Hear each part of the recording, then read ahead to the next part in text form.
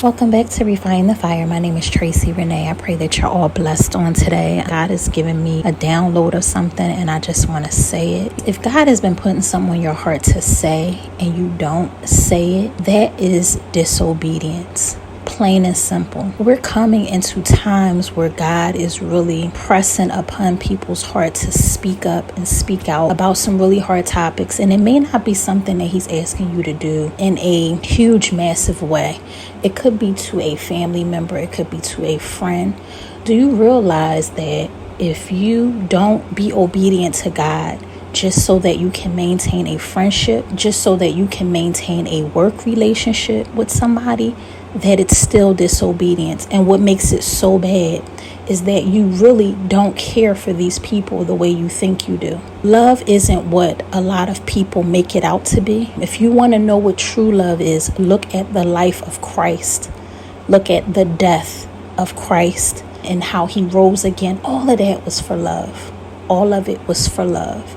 Sacrifice is love.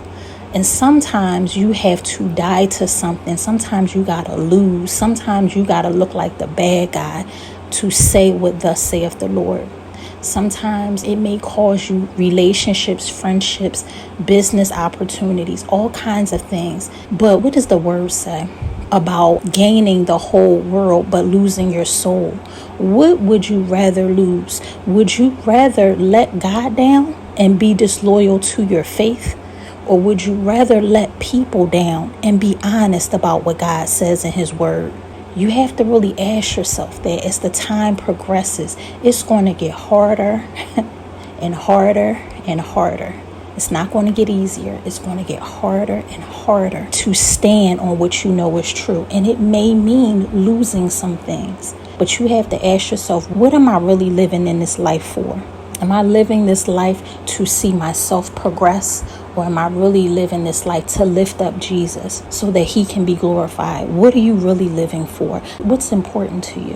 What matters the most to you?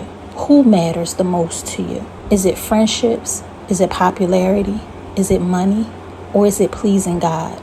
It's just that simple. But it's going to get harder to stand. In doing this, He's weeding out and He's going to make it obvious to true believers who's really for Him, so that you know when you're following these people and you clapping it up for these people, if you really are on the right side of things, if you really have discernment like you say you have discernment, if you really have the Spirit of God like you say so, it's going to be obvious.